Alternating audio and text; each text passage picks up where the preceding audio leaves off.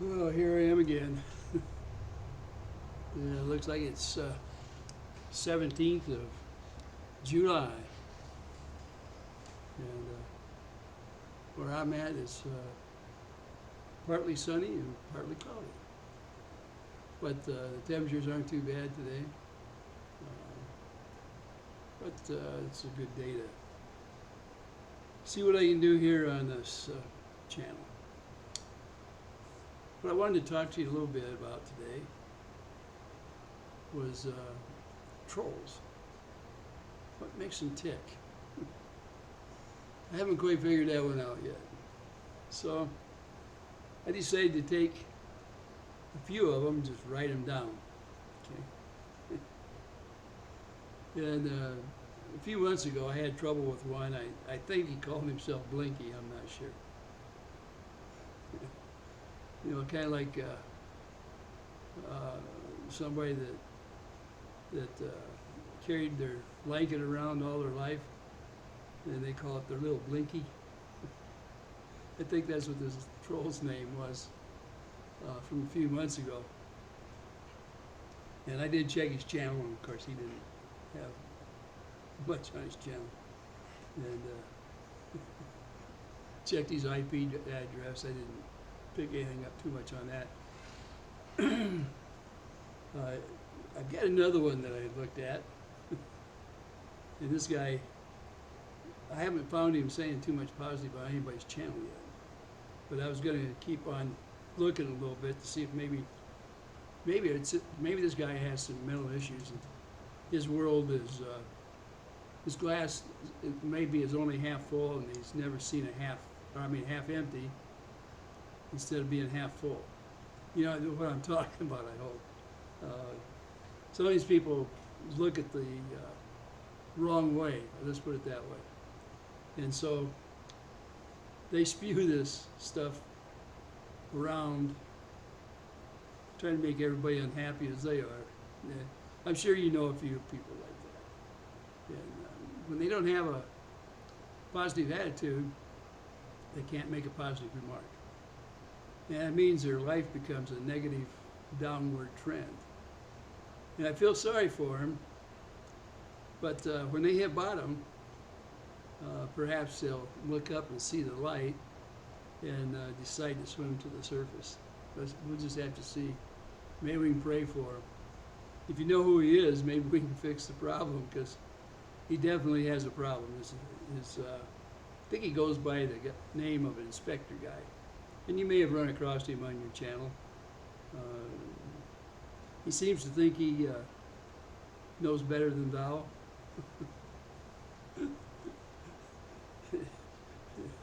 He's something else. Enough of that. The other day I was going to put up a video, and I thought I was going to have to think about it a little bit before I did it. And part of it was toxic environment. Another subject was mental health. And the other one was the continual need to pick. Now, here lately, it seems like, especially when it comes to Otter Creek. Now, Otter Creek it's kind of put itself into a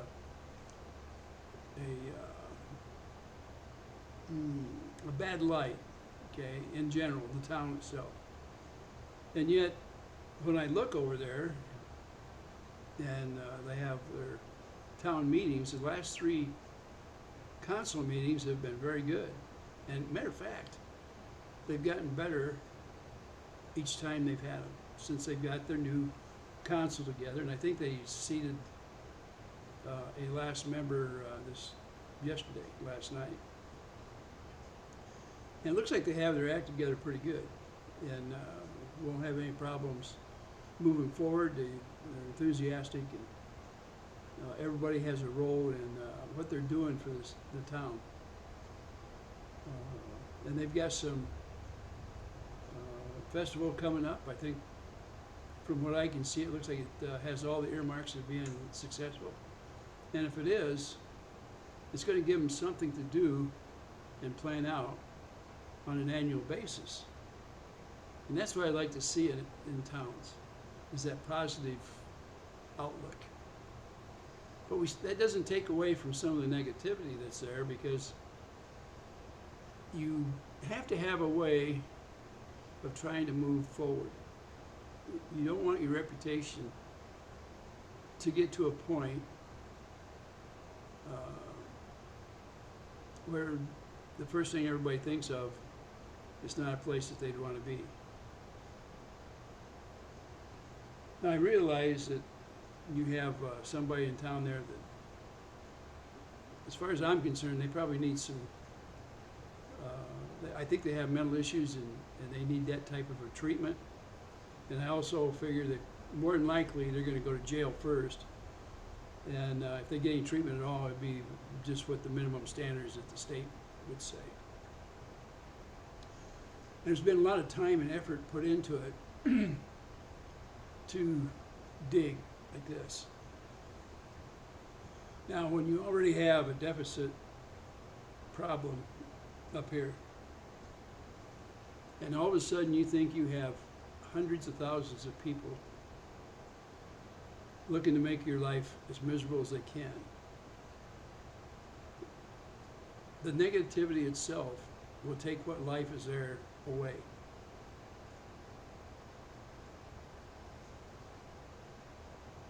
No matter, people have sicknesses.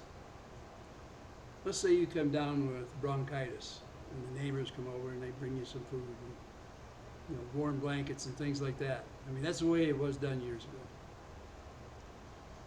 ago. And the people that had mental issues way back, most of the time the families would hide it if they could, and their people would end up in an institution, and sometimes forgotten about, sometimes they figured out how they could help them. There wasn't a lot of things they could do medically for them. If people were bipolar and they didn't have the correct medicine to keep them out of the lows and try to put them at a middle, not so much on the high side or low side, but just bring them up where they could operate with everybody else. Schizophrenia is another one. The person goes off in the deep end. Sometimes they hear voices or whatever. I don't know how much help can be done for those people. They seem to have a lot of relapses back and forth. A bipolar person usually gets to the point where they think they're cured, and so they stop taking the medicine, and then they get into their boom, boom, boom, boom, back and forth, and they have to go in and be reevaluated, and medicines put in there. There's just a lot of things that have to be done to bring this person to the normal, but you can't do it by beating on them. And, I say beating on them, like if somebody's doing this, but it's a mental beating that's going on. It almost makes you cry to see it happen.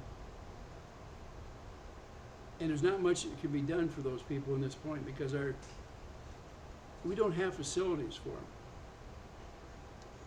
And in the last 30, 40 years, the only thing they've been able to do is lock them up. And then you turn them loose for them to commit the crimes all over again. And the real crime is not solving the mental issues. They can't solve the mental issues on their own. I don't know if you've known very many people that have them. Well, I guess you have, because right now thousands of people are picking on one of your outsider citizens that came in there. I'm not sure why you can't recognize,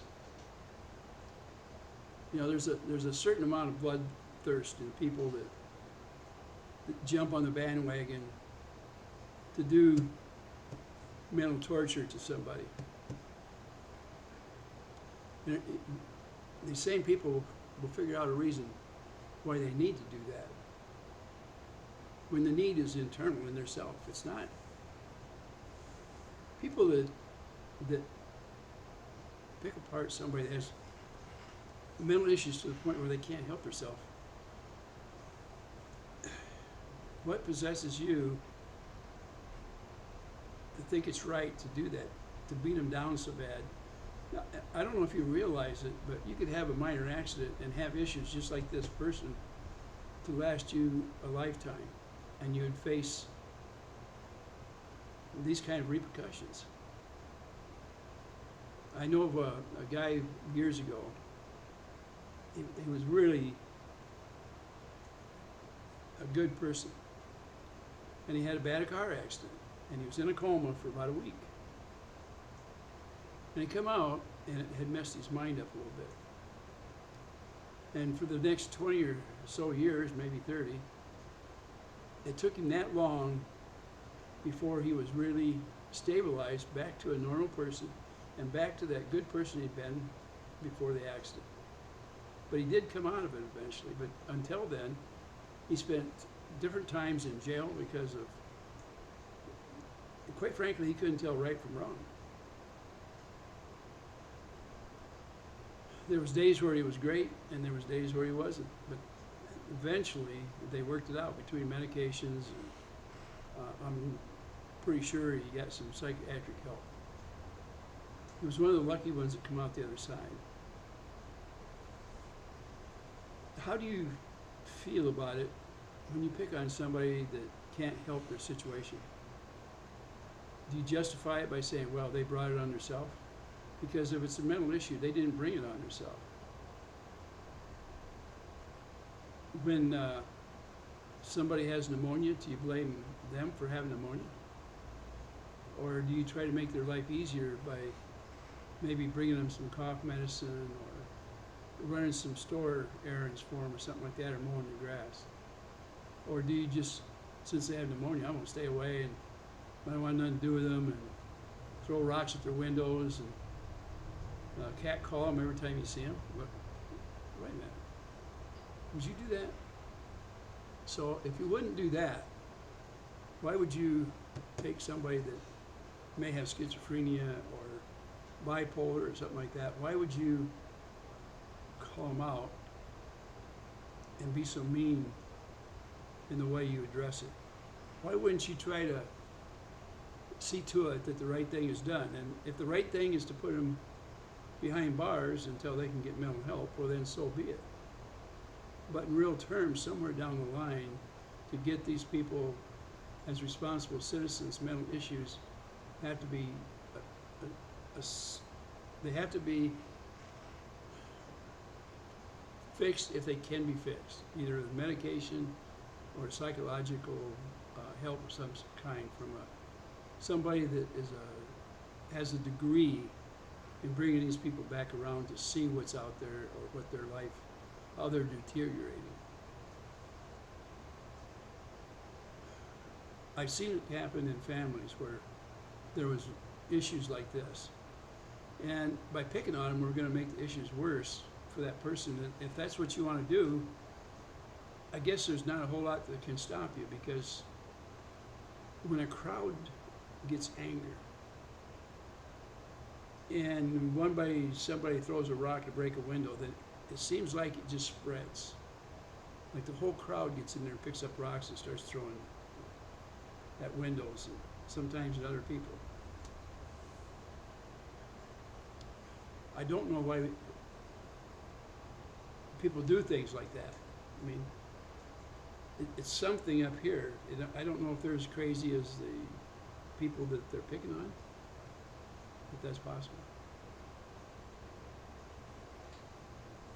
I guess what I would say is, can you search yourself? I mean, don't get mad at me. I'm just a messenger. And, I'm just saying what I observe. And is there a better answer? Can things be cured and fixed? If I was in a town like Otter Creek, I would try to make sure the reputation of the town I lived in would get straightened out. I'd be upset with people that, well, you already know that the people are calling it Otter Creek. Otter Creek.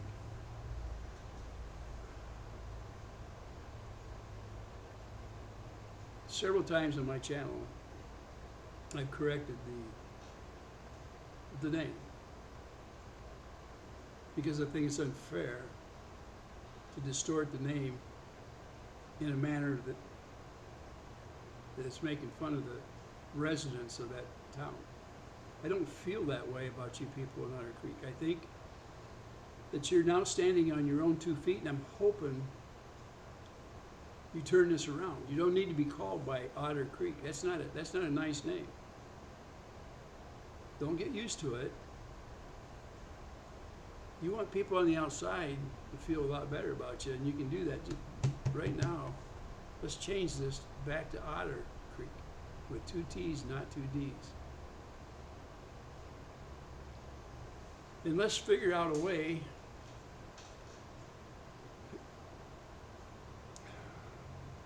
to help these people that need help. If you have an older person that can't mow their grass, how about go over there and help them mow the grass? You know, one of the things that I couldn't do this last year is I couldn't really maintain my motorhome, and I love that thing. But I couldn't get down and load and unload the storage compartments.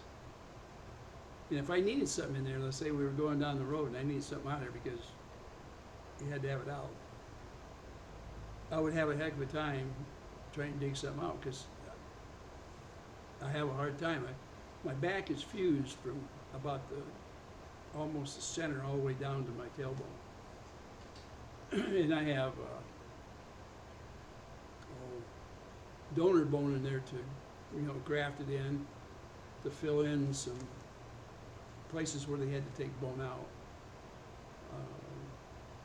I don't know how to describe it, but they put little spacers in there, and it's filled with bone, I guess.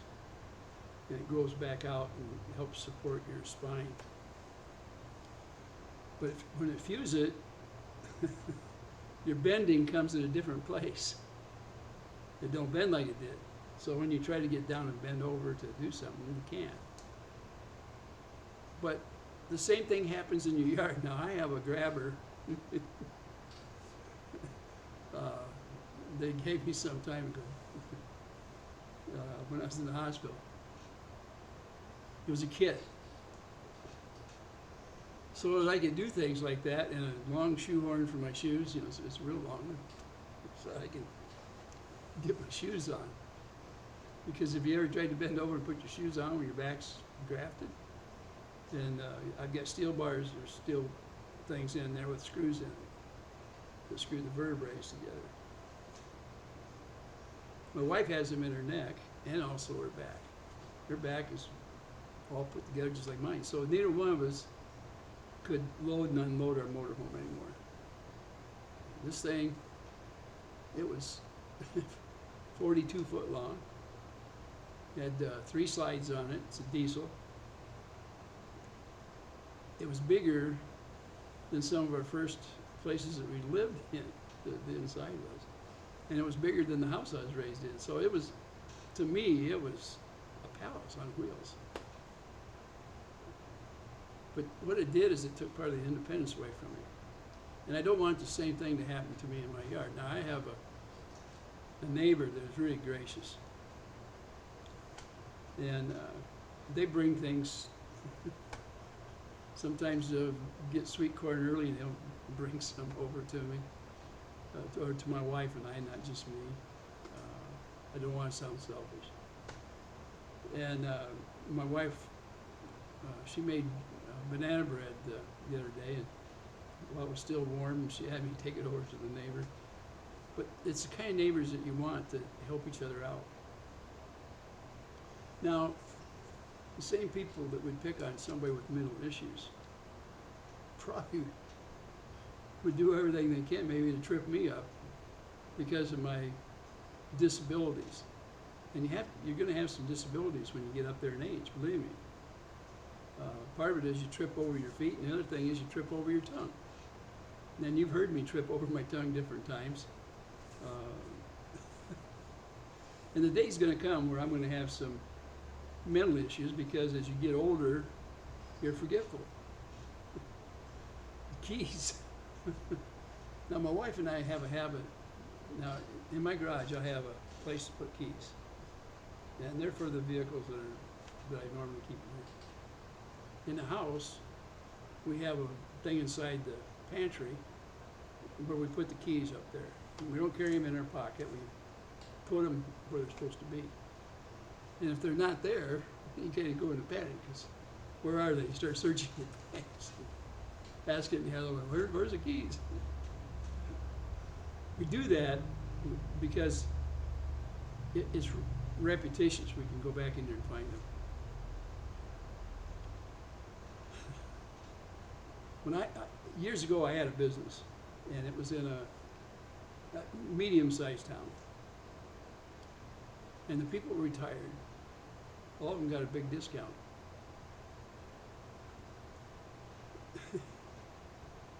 I knew that they were on fixed income and didn't have a lot of money. And I wasn't there to skin them.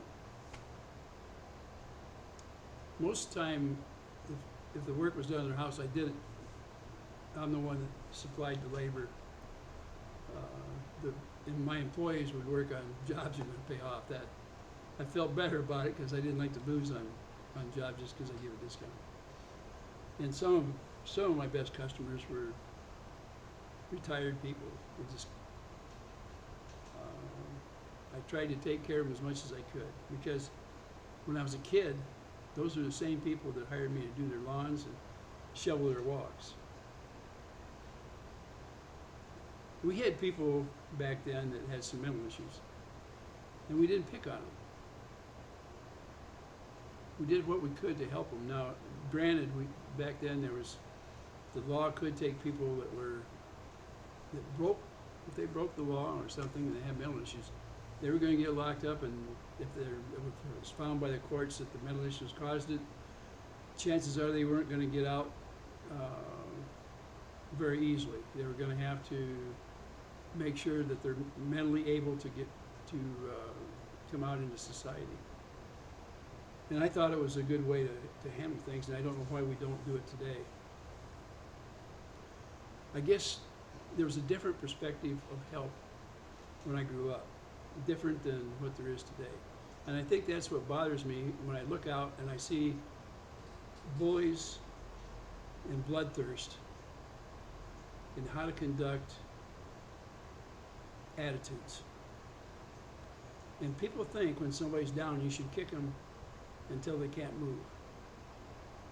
And that is not what the good Lord intended for us to do.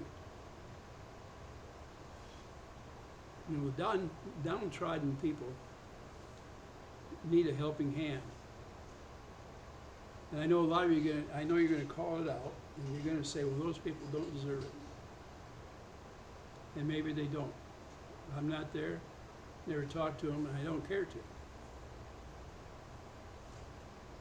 I'm just telling you how we handle things out here. And I am at the point where I do need help if I want to be on my own to a certain extent. My neighbors around here from time to time ask, do you want me to do something? I've got one that he offered to remove snow for me from now on at no cost. What I did do is I bought a snow blower that I can walk behind, and I just pull the handles on it, you know, the grips, and it'll turn right or left or back up or whatever it's going to do. I have all my controls are right in front of me, and I walk behind it. Part of it is it's exercise for me, and I take my time and I go very slow. I was happy the neighbor offered to help me, and there may be times where I'm going to have to take him up on his offer because I won't be able to get out of my driveway.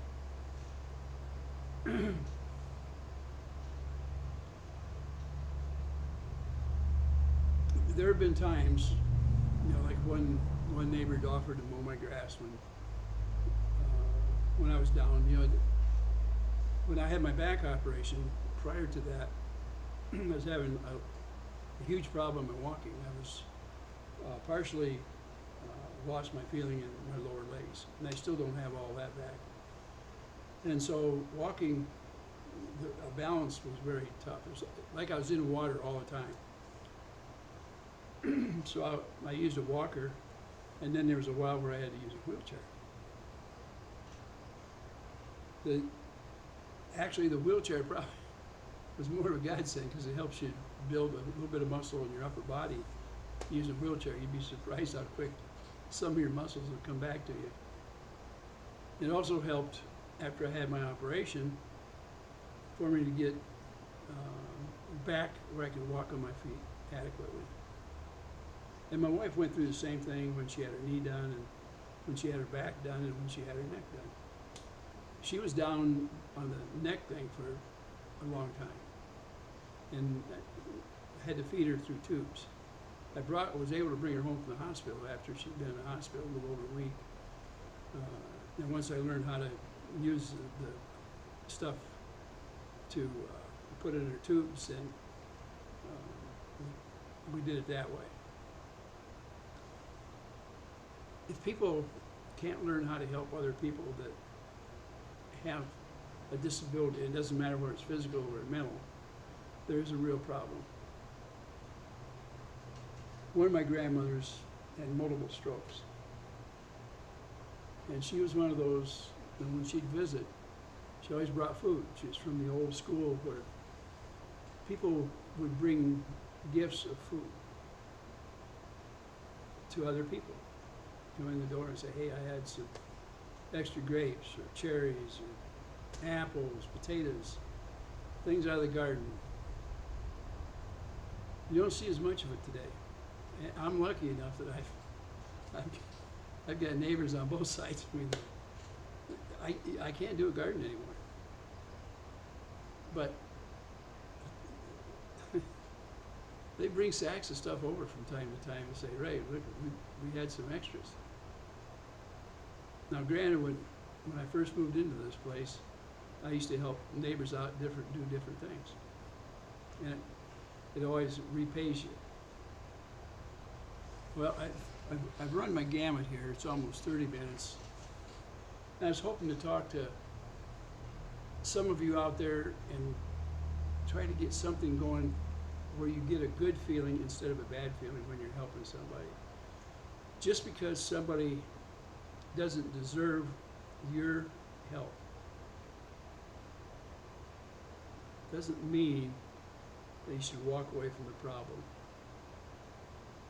Mental health is a sickness.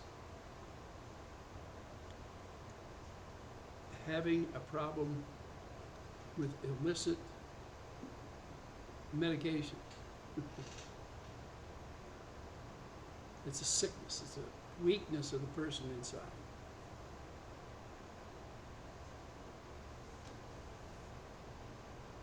I don't know. I'm not your conscience, that's for sure. And it might be that I come from maybe a protected environment when I was young and seen all these people helped each other. You know, I can remember families taking care of their grandfathers and great-grandfathers, and it was, you know, they were senile. They got to a point where they couldn't live on their own, and families took them in. And not so much anymore. I don't know what our world is coming to, but if you search your heart and ask the Lord to help you search your heart, is it right? Is it the right thing to do?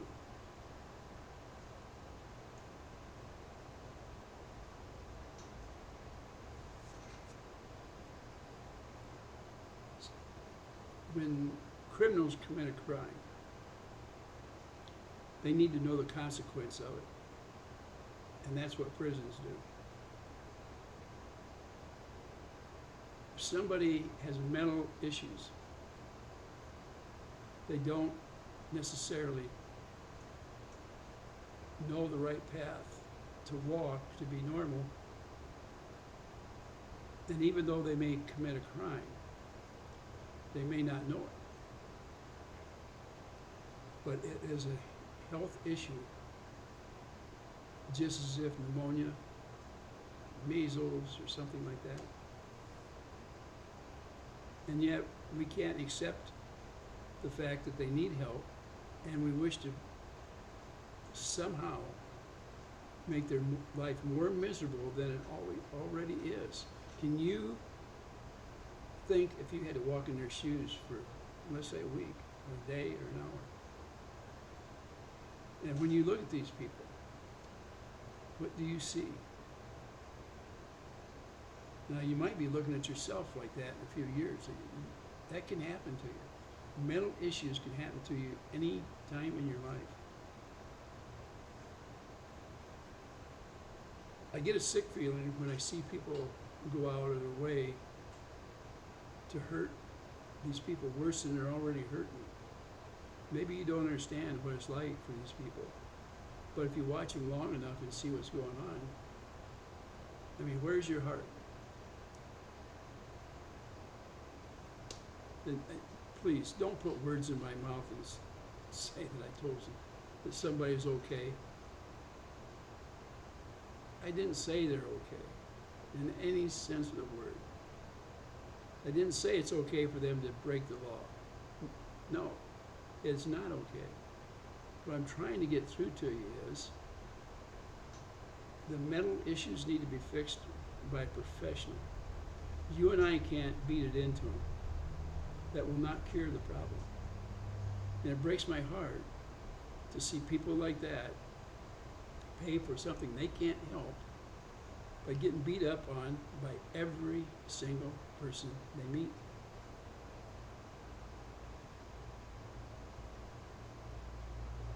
If that was your parents that all of a sudden had mental issues and went off the deep end, would you want the entire town to beat them until they couldn't walk again?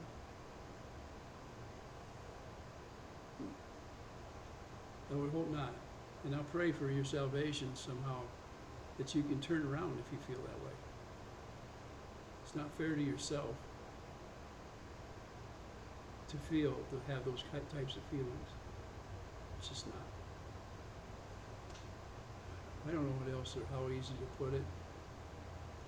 I say, don't pick on the messenger so bad. I'm just trying to bring something to you to make you think a little bit before you throw that rock.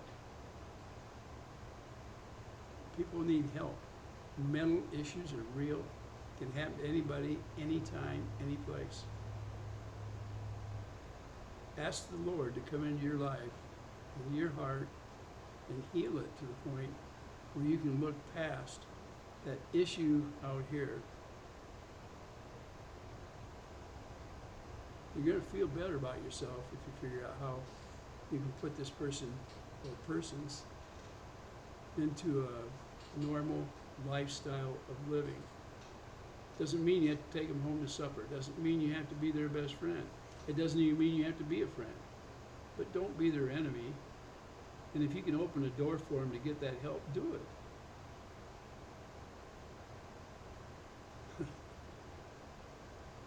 I don't know. I'm not a liberal in any way. Believe me, I'm not. I believe people should pay their own bills. I believe people should act like normal society and try to walk a good life. I believe in the Constitution of our nation. I believe in helping people get up and get going again, get back to work, be productive. I believe in all that.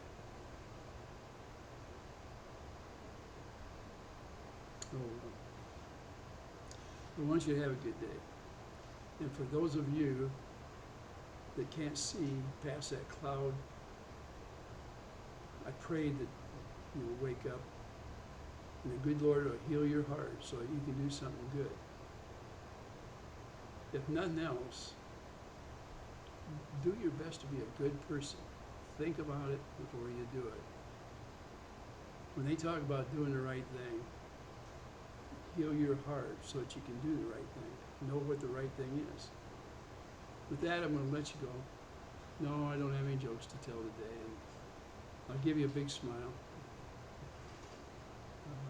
Come back for another lecture when you feel I haven't stepped on your toes too bad. Thank you.